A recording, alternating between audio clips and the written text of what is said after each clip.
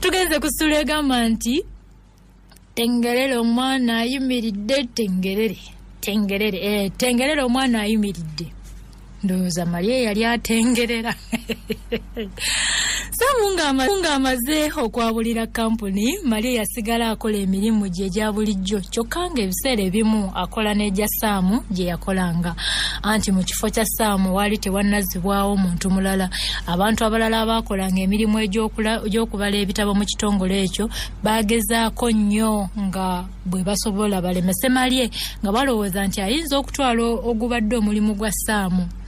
Munnange lumu Malye yali ali awo mu ofiisi ye n'afuna obubaka omukulu Senkaggale mu kampuni omwami Muligibayi kwazi bana emwangamba ndisoma bubi mu nsaasire Muligibayi amwetaaga mu ofiisi ye naye ndowooza omuwandiisi ono ye yakiwandiika obubi ate nze Muligibayi nali simuwulirangako kale ndowooza weebityo Muligibayi amwetaaga mu ofiisi ye teyasobola kutebereza mu butuufu ekyali kimuyisa teyasobola kutebereza kiki ekyali kimuyisa ekintu kino abakulu baatugamba nti si Luganda lutuufu mbuulira ensonga kiki kye weetaaga mbuulira ensonga lwaki ozze wano mbuulira ensonga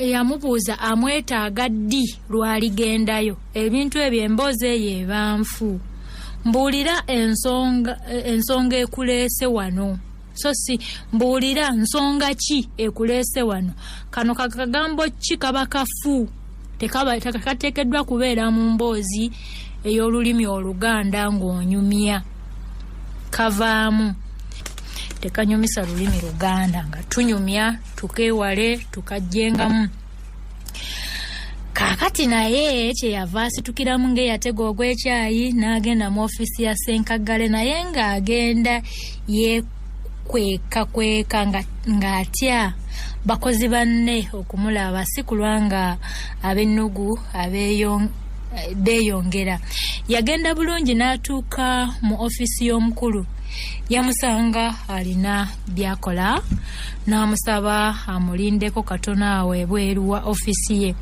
bwe yamaliriza bye yali akola n'amuyita bwe yatuuka wali ng'amaze okumulamusa kwe kutandika okumubuuza kajojijoji w'ebibuuzo ebyali bikwata ku mulimu gwe wajja otya muno wakola mulimu ki wajja muddi obuyigirize bwo baali bakyagenda mu maaso Muligibayi kwe kuyita omukulu eyakuumanga fayiro z'abakozi n'amugamba amuleetere fayiro ya Simon Peter Malye bwe yagimukwasa ye n'afuluma omukulu n'asigala mu ofiisi ye ne Malye yayongera okumubuuza ebibuuzo ebirala bingi nnyo ebyali bikwata ku by'okusoma kwe omukulu yayongera okuyita mu fayiro ya Malye oluvannyuma n'amugamba addeyo mu ofiisi ye Malye yatambula mpolampola okuddayo mu ofiisi ye nga muli yeebuuza lwaki kagambako muli yeebuuza ekimuyisizza Senkaggale era n'okumubuuza kajojijoji w'ebibuuzo ebyali bifaanana bwe bityo munnange oluvannyuma nga wayiseewo ezzooba nga limu mu ofiisi eyali eya Saamu baleetamu omuntu omulala omusajja ono yali mukulukulu naye nga wamalala nnyo saagala basajja bakulu b'amalala banaye basajja bannaffe abakuzeekuze muwenga emyaka gyammwe ekitiibwa bw'osigalamu olulalalala ate nga ffe tukulaba emyaka gyali badde giweebwa ekitiibwa tekirabika bulungi baagala musajja mukulu alina malalalala saagalira ddala saagala ate no yali muyindi okulaba abayindi abalina amalalalala yali muyindi Malye yagenda mu maaso n'emirimu gye yakolanga nga Saamu akyaliwo kale oli musajja mukulu gwe baali baleese n'abanga yakulira ekitongole ekyo kyonna ekikola ekikola ku by'okubala ebitabo. Olwo abakozi abakwatirwanga Malye effitina nga balowooza nti ye yali agenda okusikira ekifo kya Saamu ne bakkakkana. Oyo ye Mufirika oligino. Oyo ye Mufirika waakiri omulimu tojja kutundawo nga nange ntunda. Musajja mukulu gwe baali baleese mu kifo kya Malye mu mazima emirimu yali tagitegeera bulungi, era ng'ebiseera ebimu yeebuuza ku Malye.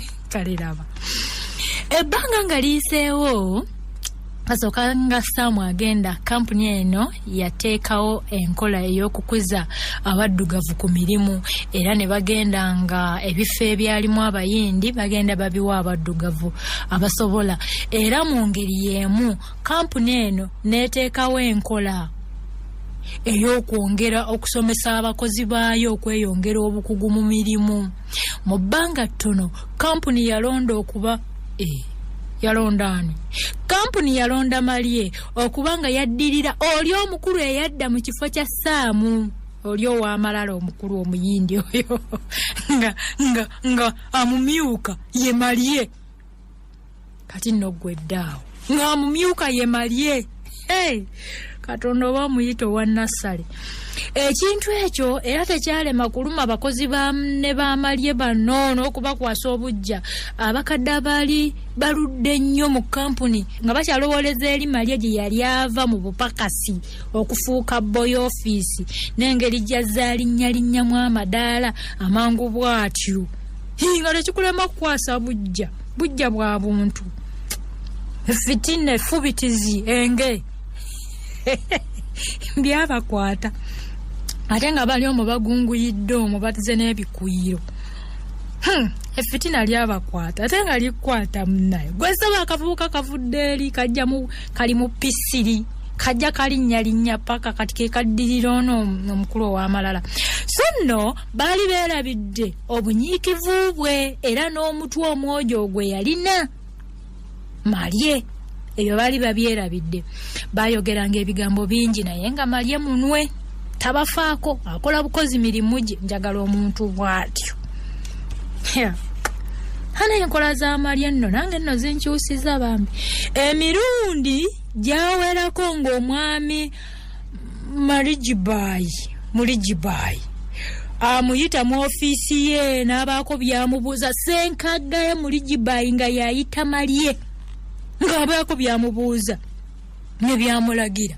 Mu kiseera kitono Malye yali afuukidde ddala ofiisa omukulu mu kampuni, era abakulu nga mutwalidde ne Senkaggale yennyini nga bamwagala nnyo nnyo okufa. Omukisa mpewo ne bwaggalawo guyingira. Ate oyinza okusikattiza omukisa gwange ne gujja mpola mpola, naye tosobola kugamba nti omukisa gwa Kasalina oguwugula simanya gudde ewa Nabisaaniiko. Tekisoboka. Gusobola okusikattiramu ne gukeerewamu bw'oba gwali wadde gwa kujja mu 2022 ne gujja mu 2024 naye era nga gutuuse. Ekyo kye mutamanyi abalina effubitizi.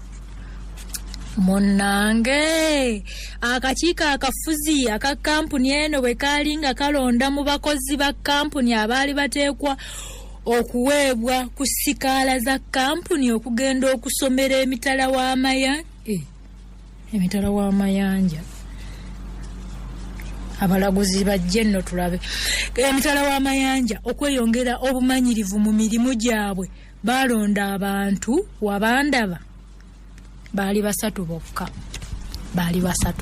Era ne Malye naye Malye ono naye alimba, emikisa afuna mingi. Emikisa giyitiridde nedda nobwe bunafu bw'omuwandiisi. Emikisa giyitiridde egyo tegibaawo mu nsi eyo neyekibi. Ensi tuli mu yakibi.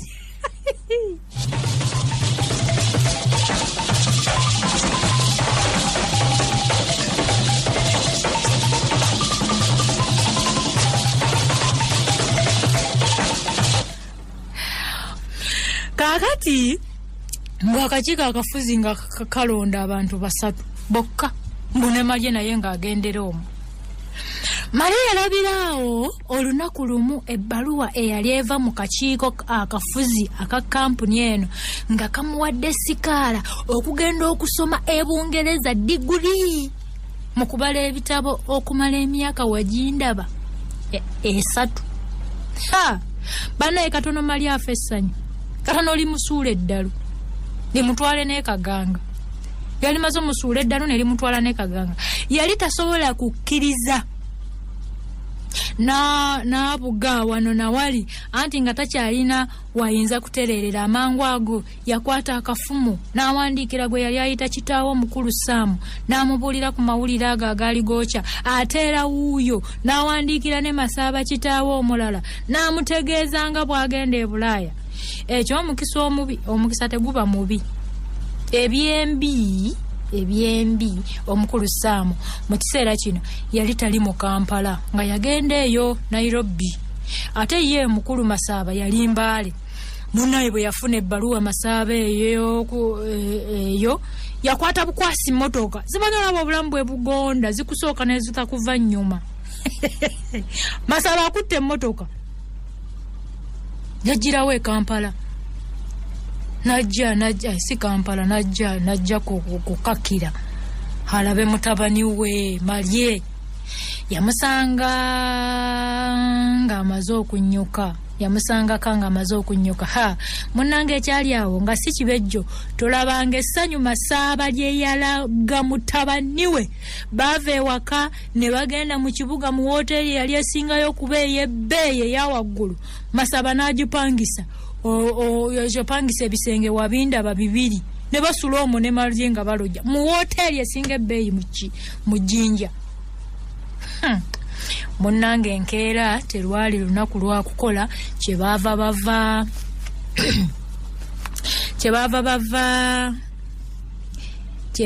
babeera bonna olunaku olwaddirira anti ne beekola ekigenyi baalya banywa kumpi embuto kubaabika.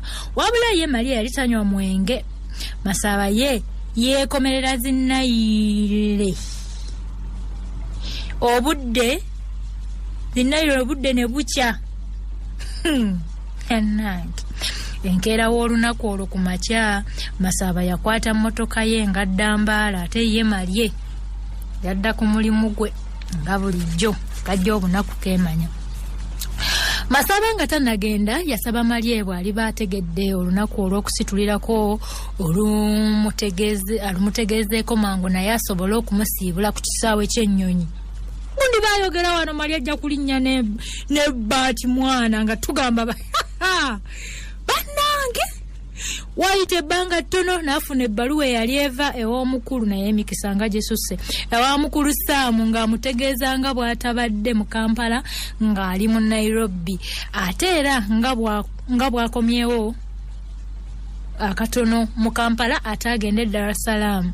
Wabula n'amukakasa nti bw'anaakomawo ajja kugenda okumulabako ekakira.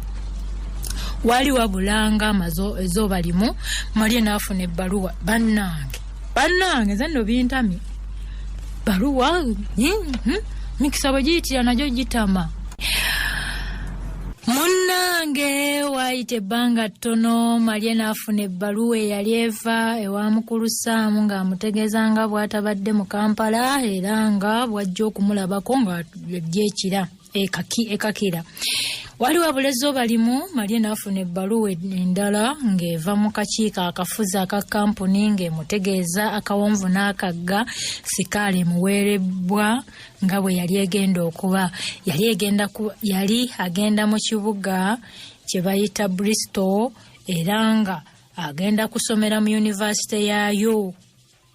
Munnange yali agenda kusoma digiri mu by'okubala ebitabo era nga koosi eno ejja kumutwalira emyaka wagindaba 3 okubeera kwe mu yunivasite eyo. Kampuni yali egenda okusasulira byonna okumulabirira agamba ng'okusula okulya okusoma kwennyini ebitabo era ng'emuwaayo n'obusente obutonotono obw'okwebeezaawo buli mwezi. Kale olabye ye Malye zinunula omunaku.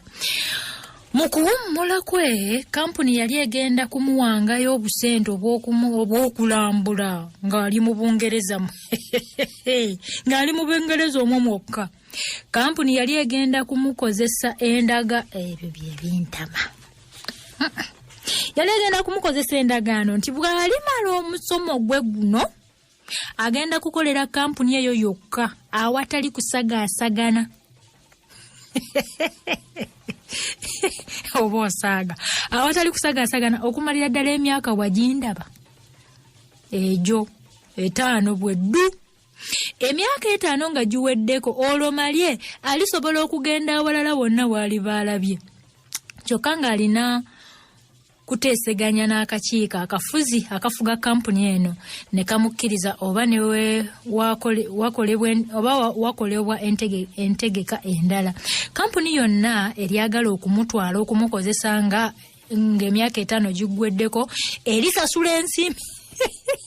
Kati gwe weetantale okukozesa Malye. Simanyi olaba standard Malye kwatuuse. Kati gwe bw'oliba weetantadde okukozesa Malye olisasula ensimbi zonna ezimusomesezza okumala emyaka egyo 3 ng'ali mu yunivasite e Bungereza. Malye yalagirwa ebintu ebyo byonna okubissaako omukono bw'abanga abikkiriza. Bannanga omukisa ng'ogwo ng'ani yali asobola okugufiirwa okuggyako ng'oli mugwi wa ddalwa nze olumu ngugaana okufubeera mu buwambi. Naye nga mufirika wano munnange wano ye Malye yali teyeetaaga na kulowoolereza nnyo mbu ate simanya nnaku 2 yassaako bussa mukono nga byonna abikkiriza awatali kugaanamu wadde ekintu ekimu. Baamubuulira olunaku olw'okutambula okuva mu Uganda era n'olunaku olw'okutuuka mu yunivasite mwe yali agenda okuggulawo. Baamuwa n'amateeka ge yali alina okugoberera ng'ali mu yunivasite eyo. Kampuni abalamazi bonsatule yabawa ezzooba ddamba nga beetegekera olugendo lwabwe era n'okusiibula ku b'eŋŋanda zaabwe. Malye nno musajja wattu ate alina ŋŋanda ze yakola teyalina wadde. Ye yakwata kkubo ng'agenda ate Embaale wa Masaaba bannange eyali alinga kitaawe. Era eyo yamalayo ennaku wazindaba 7 nga Masaaba amutwala wano na wali. Yamusuubiza okujja okumusiibulako ku lunaku lwaligenda. Malye bwe yakomawo okuva Embaale kwe kukwata ate ekkubo ate n'awanattuka agende e Kampala ewa Ssaamu bannange. Ye Malye bannaye Katonda. N'agenda ewa Ssaamu amutuusizza ku bino byonna byaliko kati kirungi. Yamusangayo mu ofiisi ye anti yasanyuka n'akatagga. Olunaku olwo Malye yasula mu maka ga Ssaamu emuyenga gye baamuweera obugenyi obwalinga essubi. Ekiro ekyo kyonna baasula banyumya. Ssaamu n'amutegeeza ebintu bingi ebyali bifa mu yunivasite eyo mwe yali alaga anti ne Ssaamu yennyini mwe yasomera. Enkeera Malye n'adda ekakira. Ssaamu n'amusuubiza okubaawo ku lunaku olwalisitulirako okugenda ku kisaawe ky'ennyonyi Entebbe.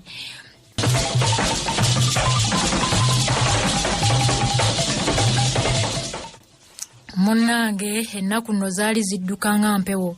Yalina okugenda ewa Sundirane. Sundirane naye bwe yabitegeera ate naye n'asanyuka okufa era n'amuyita ddeyo ewuwe nga tannasitula.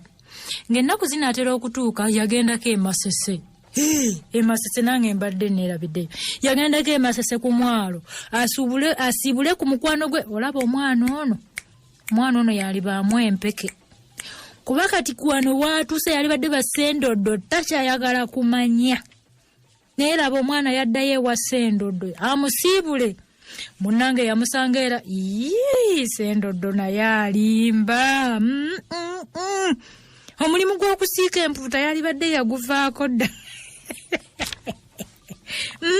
Sendoddo alimba. Mbwera yamusanga akyali mu mpuuta ye. Abaana balinnya madaala gw'osigalira mu mpuuta. ono Sendoddo ono bw'alibanga buwalagi buno bwe bwamusiba mu mbeera eyo. Omanyi banange mwekumirengako ku bantu mutambule obutava mu kifaawo n'obeeraawo abantu gwe walabye eggulo gw'olabye leero mubeeraawo bw'otunula kwono bw'otunula kwoli abantu b'obeera owangaaliramu abo nabo bafuula embeerayo. Naye bw'otambulako n'ogabana ku magezi ag'enjawulo oba n'okyalirwa ku bantu ab'enjawulo oba n'okyalira ku bantu ab'enjawulo n'ofuna ku ndowooza eno n'olya kano kyova olaba tugamba emmere embi ekonya ate eziŋŋamya. Kaakati ono Sendoddo alabika bambi bye bimu ku bizibu by'alina. Yasigalayo mu mpuuta. Yamutegeeza nga bwe yali azze okumusiibula kubanga yali agenda Bulaaya mu nnaku ntono ezaali zijja.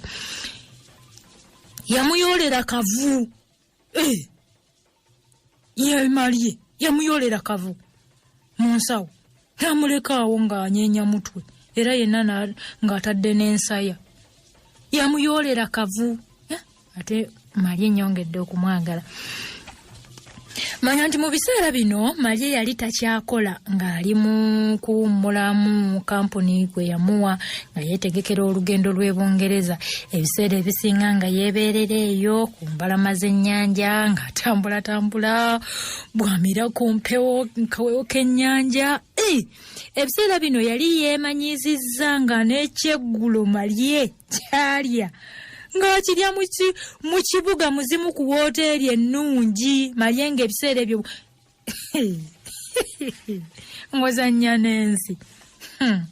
Munnaye bwe yava eyo ng'akwata katakisi ng'adda ewuwe nga yeebaka. Yenno ssebo zaalwa baali balina okusitula ekiro ky'olunaku lwa Kazooba. Akawungeezi k'olunaku olwawangu kampuni lwe yabategekera akabaga ak'abasiibula. Akabaga kano kaali makeke.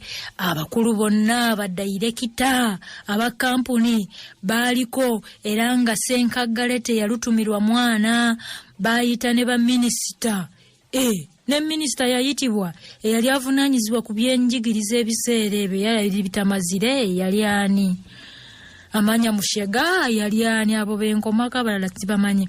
Minisita w'ebyabakozi teekako abayindi babinyonkondo bonna baasulanga mu kibuga Jjinja n'abamu baava Kampala kusiibula Malye ne bannange baava Malye yagenda okulaba nga ne mukwano gwe Sundirani naye ng'ali awo. Munnange ng'ekiri awo kitokota si kisaanikire. Ebyokulya n'ebyokunywa ebyali awo anti ng'ow'enjogera embya biyita binyenye tebibeera ku bantu. Byali bingi. Waliwo okwogera okwakolebwa ng'abakulu ng'akabaga kagenda mu maaso. Omukulu Ssenkaggale Muligibayi ye yasooka okwogera. Omusajja ono yali ayogera bulungi nnyo Olungereza ate ng'abagenyi bonna abaali abasinga baali balutegera bulungi. Yasooka n'ayaniriza abagenyi bonna mu biti byabwe abajja ku mukolo guno nga basiibula abakozi baabwe abaali bagenda okweyongera okusoma mu Bungereza.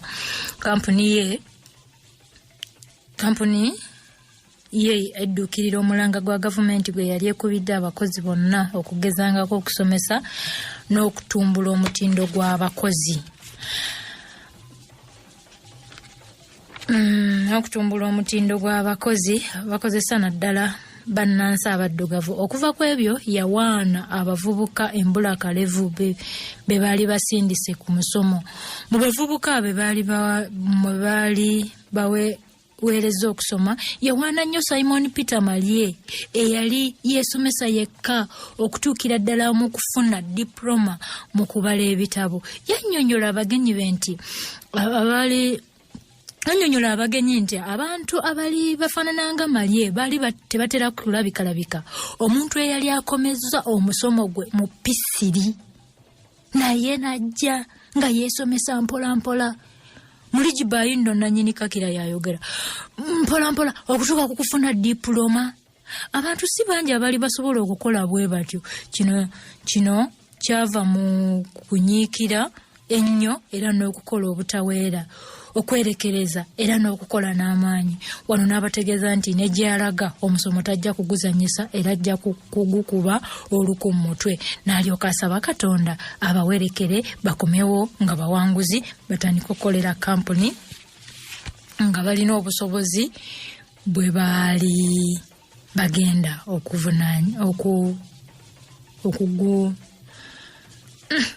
wano nga Ssenkagala amaze okwogera bayita abagenyi kinnoomu okujja bayita abagenda kinnoomu okujja munnange wano kinnoomu okujja okuweera mu maaso ga bannyini kampuni, mu maaso g'abaminisita ne mu maaso g'abagenyi bonna abaaliwo nga bagenda okukwatirwa omusomo awatali kuzannya wadde okuseka. Kinnoomu bajja ne bayimirira awaali emmeeza eyaliko abagenyi abakulu ne badirekita ba kampuni ne batandika okuwera. Mu bonna Malye ye yasembayo okuwera. Yasanyusa nnyo abantu bwe yayogera mu Lungereza olusunsulo obulungi olutaliimu kafiifi. Njagala abantu abanjogerera Olungereza olulungi olutali luno olupangirire luno. You know anti twagenda as you know ne tugira as you know olutali lutabiikiriza olwo. Mwattu Malye eyo yakozesa. Ala omuntu alabanga atabiikiriza olulimi ng'omanya talutegeera. Naye munnange Malye yalufukutta olutalimu wadde kafiifi yenna. Omuntu owa pisiri. Katonda mukulu. Munnange abantu bamukubira nnyo emizira era minisita w'ebyenjigiriza n'amukwatako ne mu bugalo. Ebyo nga biwedde minisita w'ebyabakozi yayogera. Awo oluvannyuma minisita yajjanga omugenyi omukulu n'afundikira. Akabaga kagendera ddala mu maaso naye eyo mu ttumbi ddala baminisita n'abakulu aba kampuni n'abagenyi abalala abakulu ne bannyuka. Olwo abakozi ne basigala awo nga bwe banyeenya kugaliba enjole. Oluvannyuma abalamazi nabo ne bagenda okugalangatanya ku biwanga mu ngalo ne baleka akabaga nga kakyagenda mu maaso nga bugulu okukeeseza ddala obudde.